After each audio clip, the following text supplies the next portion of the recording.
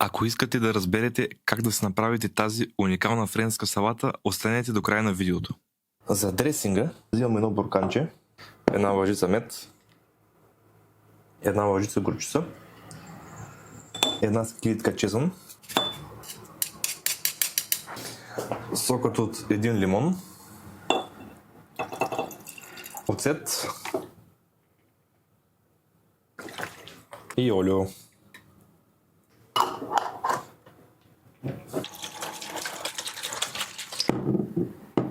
В една купа ще накъса малко маруля, малко червен лук, добавям и един сварен картоф.